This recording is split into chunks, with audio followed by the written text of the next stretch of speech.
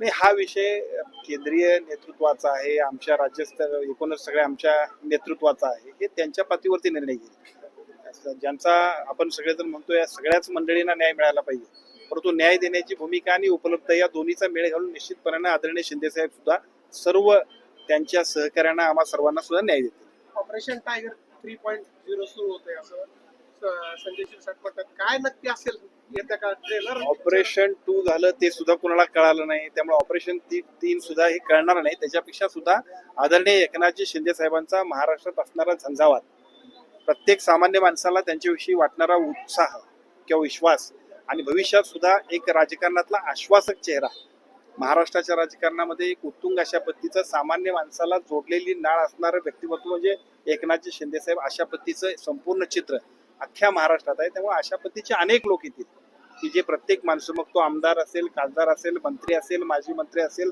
सामान्य कार्यकर्ता असेल, शिवसैनिक असेल, सामान्य माणसांबरोबर आदरणीय शिंदे साहेबांची जी काही नाळ जोडलेली आहे, त्यामुळे असंख्य माणसं आता शिवसेनेत येत आहेत. उद्धव ठाकरे रामरक्षा चौका चौकात आंदोलनाचा त्यांनी इशारा दिलाय.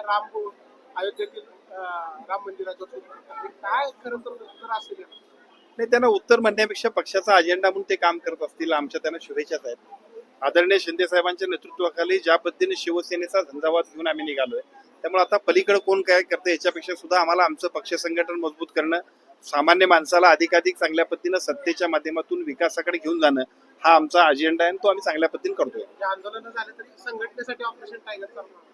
संघटनेसाठी ऑपरेशन टायगरची गरज नाही, संघटनेसाठी काम गरजेचं आहे, संघटनेसाठी विश्वास गरजेचा आहे आणि त्या कामामुळे आणि विश्वासामुळेच आज आदरणीय शिंदे साहेबांच्या नेतृत्वावरती हजारो लोक दररोज विश्वास व्यक्त करतायत आणि आमच्या सोबत येत आहेत. त्यामुळे ऑपरेशन टायगर, ऑपरेशन 2, ऑपरेशन 3 याच्यापेक्षा हे सातत्यानं होत राहील. ते विश्वासानं, उत्स्फूर्ततेनं आणि भविष्यातल्या राजकारणामध्ये सुद्धा राजकारण कुणाकडे सुरक्षित आहे तर ते आदरणीय एकनाथजी शिंदे साहेबांच्या नेतृत्वाखाली सुरक्षित आहे असं समजूनच होणार आहे. त्यामुळे निश्चितपणानं पण शिवसेनेचं संघटन अजून मजबूत होत राहील.